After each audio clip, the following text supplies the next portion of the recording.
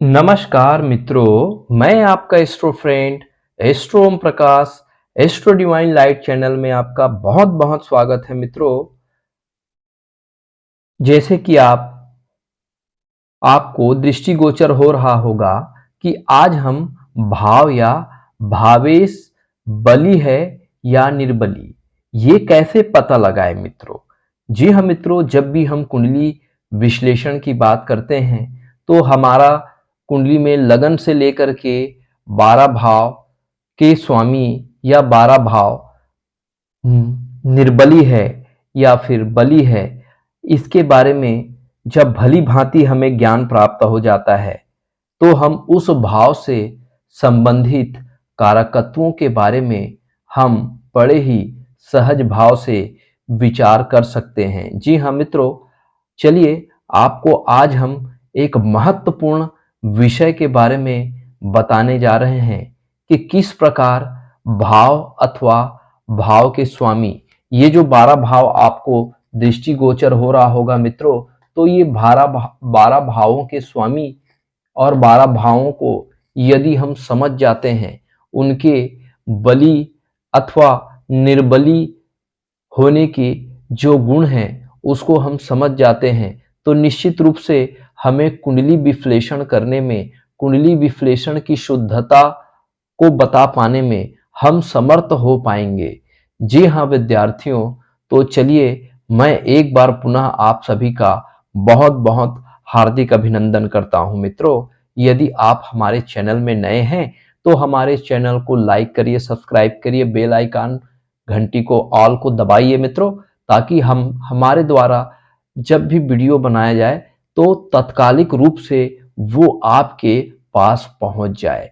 जी हाँ मित्रों, चलिए आज हम भाव के बारे में, आज भाव कैसे निर्बल होता है और भाव के फलों में कैसे कमी होती है। तो अगर भाव या भावेश अगर निर्बली है तो उस भाव और उस भावेश के कारकत्वों में क्या होगी मित्रों, कमी होगी। तो हम सभी देवज्ञों को ऐसा विचार करना चाहिए। तो शास्त्रकारों ने कौन कौन सा ऐसा पैरामीटर्स जो है वो बताए हैं ग्रहों के निर्बली होने के संदर्भ में या भाव के निर्बली होने के संदर्भ में, तो आज हम उसको आपको बताते हैं। चलिए मित्रों, आज हम शुरू करते हैं।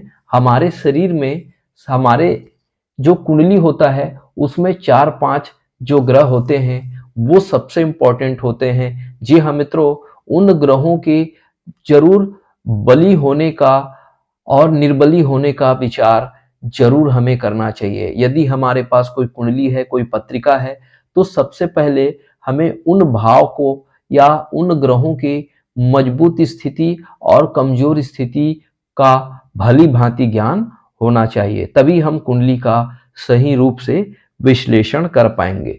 तो लग्न से हम शरीर का विचार करते हैं और चंद्रमा हमारे शरीर का ड्राइवर होता है, सूर्य हमारी आत्मा होती है मित्रों, और बुध जो है वो हमारे वाणी का कारक है, और शनि को हम कर्म का कारक मानते हैं।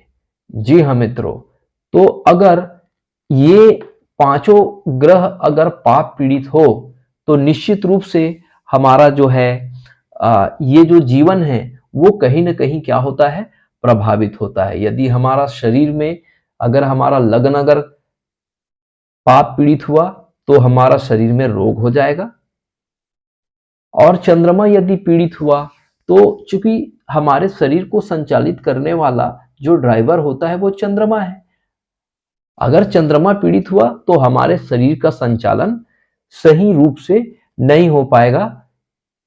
और तीसरा है सूर्य हमारी आत्मा है, यदि हम आत्मविश्वास नहीं है, सूर्य हमारा कमजोर है, सूर्य पाप पीड़ित है, सूर्य नीच का है, तो हमें जीवन में बहुत सारे तकलीफों का सामना करना पड़ेगा। हमें कोई भी कार्य में हमें सफलता या सिद्धि प्राप्त नहीं होगी।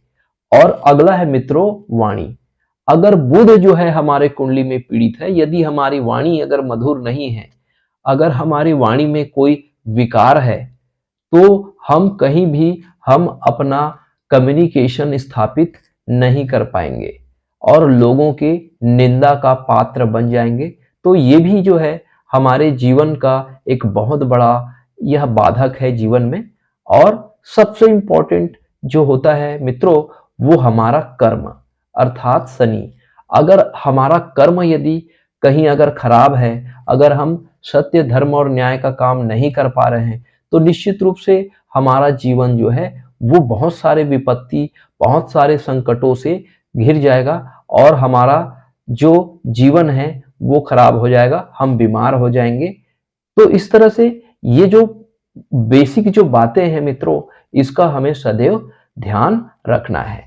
चलिए, अब वो शास्त्रकारों ने कौन कौन से ऐसे पैरामीटर्स हमें बताए हैं कि किस तरह से हमारा भाव या भाव का स्वामी, भाव मतलब ये 12 भाव है मित्रों, और भावेश का मतलब होता है इन 12 भाव में से कोई भी भाव। जैसे मैं लगन भाव के बारे में बात करूं तो लगन भाव में 7 नंबर की राशि लिखी हुई है। 7 नंबर की राशि को हम तुला राशि कहते हैं और तुला राशि के स्वामी को हम कहते हैं शुक्र। तो चलिए, वो कौन कौन से पैरामीटर्स हैं जिनके वजह से हम जान पाएंगे कि हमारा भाव कमजोर है या भाव के स्वामी कमजोर है। चलिए मित्रों, सबसे पहला हम बात करते हैं चंद्रमा के बारे में।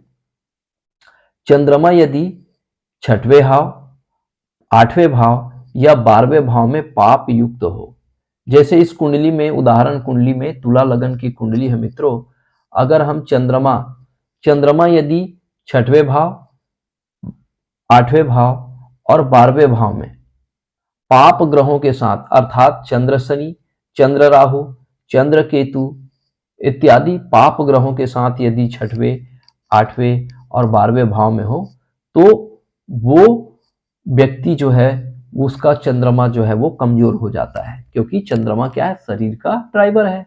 अब ड्राइवर ही जब खराब हो जाए तो शरीर को संचालित करने में बहुत सारी दिक्कतों का सामना करना पड़ेगा। इसका मतलब क्या है, शरीर रोगग्रस्त हो जाएगा, और शरीर जब रोगग्रस्त हो जाएगा तो उस शरीर के इलाज करने में हमको बहुत ज्यादा धन लगाना पड़ेगा, हमारा समय वेस्ट होगा और हमारे जो कार्य है जो दैनिक जीवन के, वो प्रभावित होंगे। तो कहने का आशा यह है मित्रों कि चंद्रमा यदि 6वें, 8वें, 12वें में कोई पाप ग्रहों के साथ बैठा हो तो निश्चित रूप से हमारी आयु में क्या होगी, कमी होगी, अर्थात वो भाव क्या हो जाएगा, कमजोर हो जाएगा। तो ये जो 10वां भाव हुआ मित्रों, क्योंकि यहाँ 10वां भाव में चंद्रमा 10वां भाव का स्वामी है तो 10वां भाव कमजोर हो गया। 10वां भाव का स्वामी यदि 6वें, 8वें और 12वें भाव में पाप ग्रहों के साथ बैठा हो तो ये भाव कमजोर हो गया, अर्थात हमको प्रोफेशनल बहुत ज्यादा परेशानियों का सामना करना पड़ेगा, हमें व्यवसाय से संबंधित बहुत सारे परेशानियों का सामना करना पड़ेगा, हमें प्रोफेशन नौकरी से संबंधित बहुत सारे परेशानियों का सामना करना पड़ेगा। जी हाँ मित्रों, दूसरा जो पैरामीटर है मित्रों, केंद्र में 1, 4, 7, 10 भाव, केंद्र भाव 7, 10, पहला भाव, चौथा भाव, 7वां भाव और 10वां भाव, इसमें केवल पाप ग्रह हो, ठीक है, ये केंद्र स्थानों में केवल पाप ग्रह हो, और कुंडली का जो अष्टम भाव है, अष्टम भाव में भी अगर पाप ग्रह हो तब भी हम क्या कहेंगे,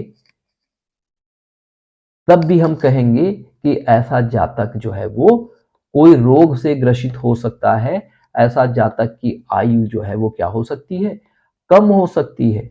और जिन भावों का स्वामी जो है अगर त्रिक भाव में गया हुआ है या फिर केंद्र भाव का अगर पाप ग्रह, अगर केवल पाप ग्रह यदि केंद्र भाव में हो तो वो भी क्या करते हैं, हमारे आयु को कम करते हैं। और यदि अष्टम भाव में भी पाप ग्रह हो गए, क्योंकि ये मृत्यु स्थान है, तो इसलिए जातक कोई गंभीर रोग, कोई लंबे समय तक चलने वाले रोग का वो शिकार हो सकता है, जिसके वजह से उसकी आयु क्षीण हो सकती है।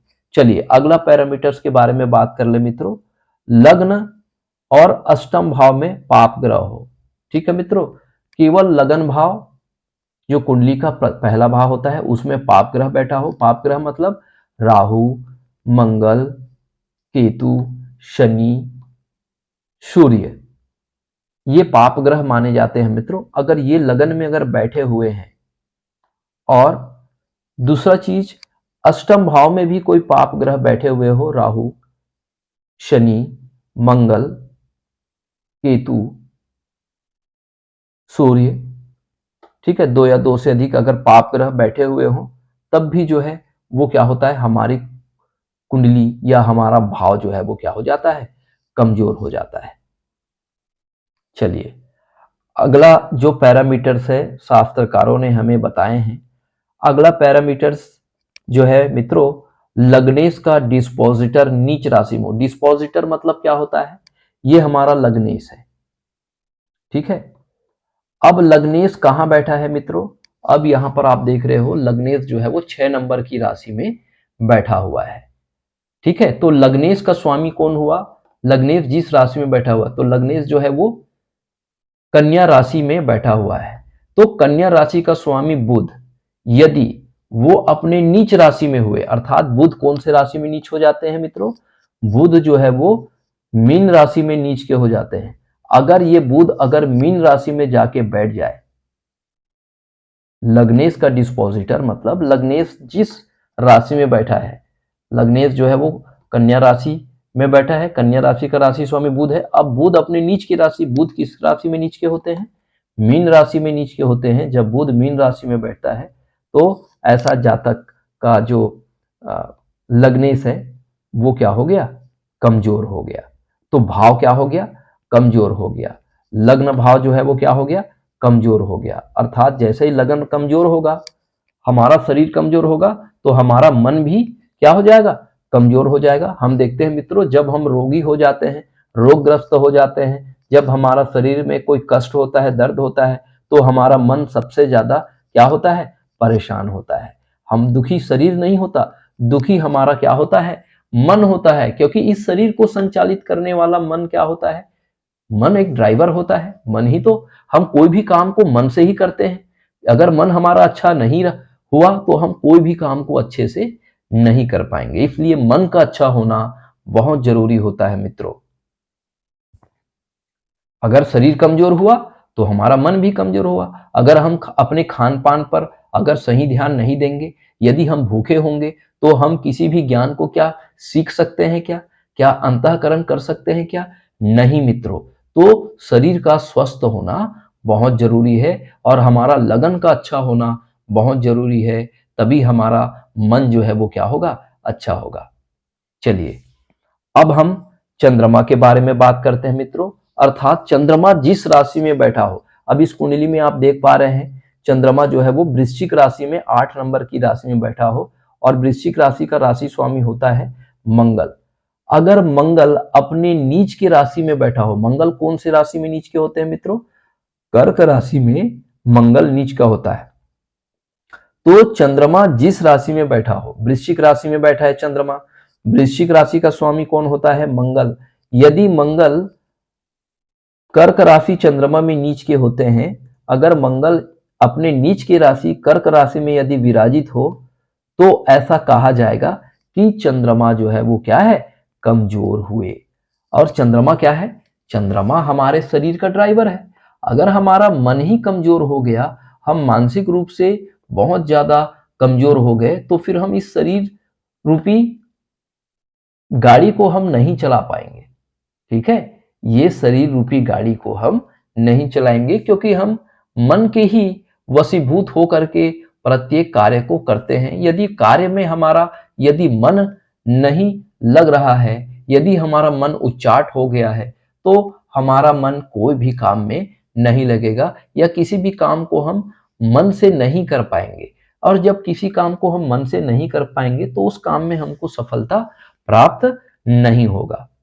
उसी तरह से यदि सूर्य जो है वो पीड़ित हुआ, हमारा आत्मा पीड़ित हुआ, ठीक है, आत्मा जो है यदि पीड़ित हुआ 2 या 2 से अधिक पाप ग्रहों से, तो भी हम अपना आत्मविश्वास खो बैठेंगे। और जब हम आत्मविश्वास ही हमारे अंदर नहीं हुआ, तो हम कोई भी काम को अच्छे से नहीं कर पाएंगे। उस काम से हमें भय लगेगा और वो काम जो है बनते बनते बिगड़ जाएगा। चौथी जो महत्वपूर्ण बातें होती है मित्रों, कि इस संसार में जीवन जीने के लिए हमारे वाणी का मधुर होना परम आवश्यक है। क्योंकि केवल हम वाणी से ही अपनी शत्रुता पैदा कर लेते हैं। क्योंकि वाणी जो है ऐसी होनी चाहिए ताकि वो लोगों के मन पर एक अच्छा इंप्रेशन, एक अच्छा इम्पैक्ट जो है वो पैदा कर सके, है ना। हमारी वाणी में कटुता नहीं होनी चाहिए, हमारी वाणी में किसी भी प्रकार का अनर्गल शब्दों का या निरर्थक शब्दों का हमें प्रयोग से बचना चाहिए। तो एक अच्छा कम्युनिकेटर जो होता है, जो वो लोगों के लिए लोगों में प्रसिद्ध होता है, लोगों का प्रिय होता है। जो सौम्य व्यवहार वाले होते हैं वो सभी को प्रिय होता है। अगर हम अपने विचारों का अगर हम सही रूप से लोगों तक अगर आदान प्रदान कर पा रहे हैं, तो निश्चित रूप से हमारा जीवन में आने वाली जो संकट है, जो विपत्ति है, उससे हम बच सकते हैं। हम उस विपत्ति से बचने का एक रास्ता, एक जरिया हम निकाल सकते हैं, यदि हमारी वाणी अगर अच्छी है। चलिए मित्रों, अब हम अगला है शनि।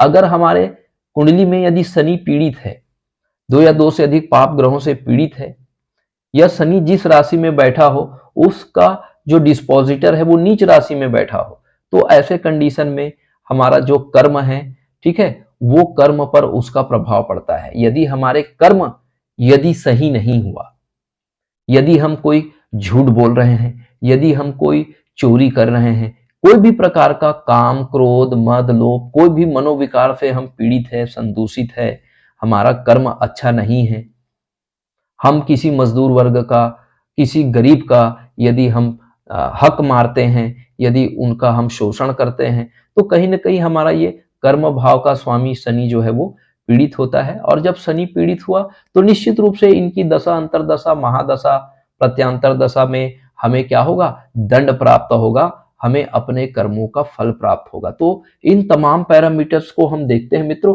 कहीं न कहीं ये हमारे आयु को क्या करते हैं? कम करते हैं। तो कोई भी भाव यदि हमारे कुंडली में यदि कमजोर है और उस भाव की दशा या अंतर्दशा लगी है, तो वो हमारे शरीर में क्या करते हैं?